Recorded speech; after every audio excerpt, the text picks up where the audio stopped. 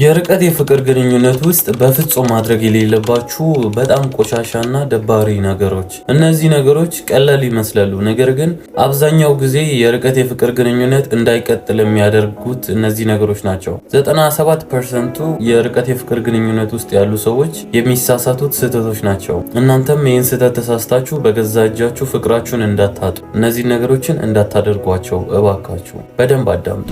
አንደኛውና የመጀመሪያው መሃላችሁ አለመግባባት ሲኖር ብሎክ ማድረግና ስልክ መዝጋት። ምን የምታመጡት ነገር የለም ከጸብ ውጪ።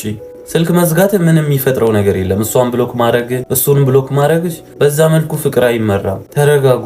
መሃላችሁ አለመግባባት ካለ ለመነጋገር ሞክሩ። አሁንም ተነጋገሩ። የማይሆን ከሆነ እስቲ ተለያይተን እንሞክረው ብላችሁ ተለያዩ እንጂ ትንሽ አለመግባባት ሲፈጠር ስልክን ስዊች ዳውን ማድረግ መራረቅ ምን ይሉታል? ስልካችሁ ማለት ብቸኛ የምትገናኙበት መንገድ ነው። ይሄን መንገድ ዘጋችሁ ማለት ደግሞ ይሄን ፍቅር አልፈልግም እንደማለት ነው። ስለዚህ አለመግባባት ካለ በንግግር እንጂ ስልክ በመዝጋትና ብሎክ በማድረግ አይፈታም። አስተውሉ። ይህን ስህተት እንዳትሳሳቱ።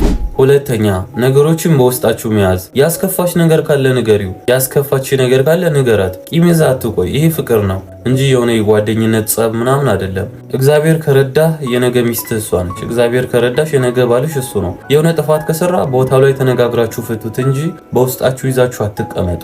ያ ይበልጡን ፍቅራችሁ እንዲሞትና እንዲጠፋ ያደርጋል። እባካችሁ። ሶስተኛ፣ የምትገናኙበትን ቀን ቁረጡ።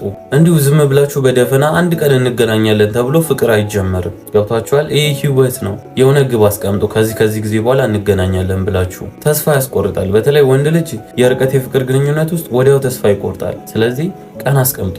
ከዚህ ዓመት በኋላ እንገናኛለን፣ ከዚህ ወር በኋላ እንገናኛለን፣ በዚህ ጊዜ ውስጥ እንገናኛለን። እንዲሁ በደፈና ተስፋ የሌለበት ቀን ያልተቆረጠለት የፍቅር ግንኙነት ውስጥ መሆን በጣም ደባሪ ስሜት ይፈጥራል። ወዲያውኑ ነው ያ ፍቅር የሚያበቃው።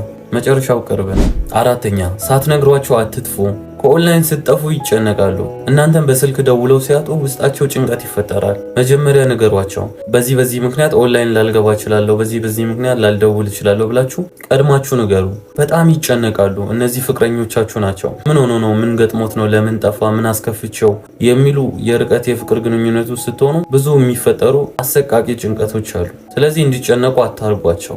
ቀድማችሁ ንገሩ። ወይንም ስትመለሱ የት ጠፍተህ ነው እስክትባል አትጠብቂ። የት ጠፍተሽ ነው እስክትባይ አትጠብቂ። እንደመጣችሁ ይቅርታ ጠይቃችሁ ያለውን ነገር አስረዱ። በዚህ ምክንያት ጠፍቻለሁ፣ በዚህ ምክንያት ነው የጠፋሁት፣ በጣም ይቅርታ ብላችሁ አስረዷቸው። ካለበለዚያ እነሱ ጋር ደባሪ ስሜት ነው የሚሰማቸው። እባካችሁ አታስጨንቋቸው።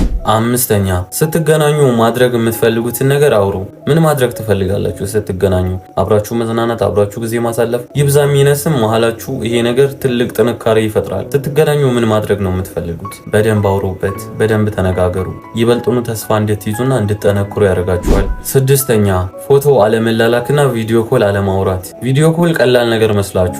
የርቀት የፍቅር ግንኙነት ውስጥ በጣም ትልቁን ቦታ የሚይዘው ቪዲዮ ኮል ነው። አጠገቡ ያለች እስኪመስላት ድረስ ፍቅራችሁን የምታጣጥሙበት ነገር ቢኖር ቪዲዮ ኮል ነው። እባካችሁ ብትችሉ ቪዲዮ ኮል አውሩ፣ ፎቶ ተላላኩ፣ ቪዲዮ ተላላኩ። ብቻ ይበልጡኑ ነው ያ ነገር የሚያጠነክረው ግንኙነታችሁን። በተለይ ቪዲዮ ኮል ቀላል ነገር እንዳይመስላችሁ።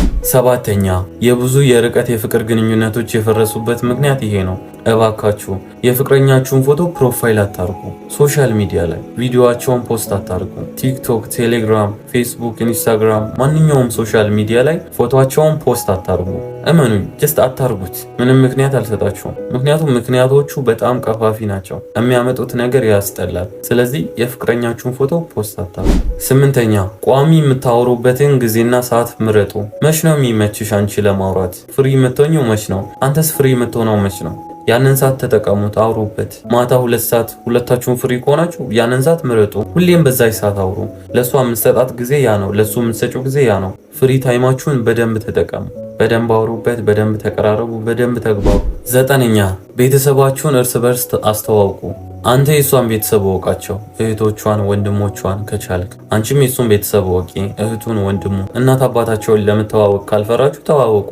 እነሱም ሊያስተዋውቃችሁ ዝግጁ ከሆኑ ተዋወቁ። ያላችሁት የርቀት የፍቅር ግንኙነት ውስጥ ነው። አንቺ ብጠፊ ለማን ይደውላል? እሱ ቢጠፋ ለማን ትደውያለሽ? አየሽ፣ መሀላችሁ የመለያየት እድላችሁ ከፍተኛ ነው። ከአይናችሁ ሲርቁ የምታገኟቸው በእነሱ በኩል ይሆናል ማለት ነው። ስለዚህ የእሱን እህት ወንድም ወይንም የእሷን እህት ወንድም በደንብ ተዋወቁ፣ ቅረቧቸው። ያ ይበልጡኑ ቤተሰባዊነት እንዲፈጠር ያደርጋል።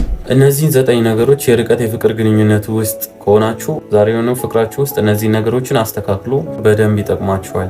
ነገ ትዳር የሚባለው ቦታ ለመድረስ ዛሬ በዚህ ማለፍ አለባችሁ። ካለበለዚያ ግን ፍቅራችሁ ሩቅም አይሄድም። ይህን ቪዲዮ ላኪለት፣ ይህን ቪዲዮ ላክላት። ችግሮቻችሁን እርስ በርስ አስተካክሉ። አስቡበት። እወዳችኋለሁ።